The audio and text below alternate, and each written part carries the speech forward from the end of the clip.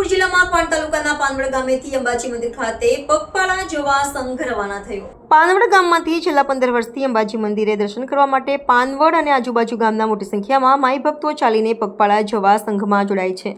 પદયાત્રા સંઘના કાર્યકરોના જણાવ્યા અનુસાર આ વખતે 150 થી 200 માણસો જોડાય છે અને ભાદરવી એકમથી નીકળીને 11ના દિવસે ધજા ચડાવીને પરત ફરે છે। દરેક ભક્તોની મનોકામનામાં અંબે પૂરી કરે છે અને માઈ ભક્તો હર્ષોલ્લાસથી પગપાળા સંઘમાં જોડાય છે તેવું જણાવ્યું હતું। પાનવડથી છેલ્લા 15 વર્ષથી પગપાળા અંબાજી સંઘ નીકળે છે, એમાં 150 ભક્તો જોડાય છે। આજુબાજુના દરેક ગામમાંથી માઈ ભક્તો જોડાય છે અને માના દર્શન કરે છે।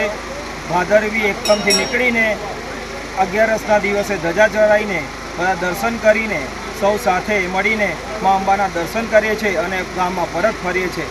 એનાથી ભક્તિમય વાતાવરણ વધે છે। છેલ્લા 15 વર્ષથી પાનવડથી અંબાજી પગપાળા સંઘ જઈ રહ્યો છે।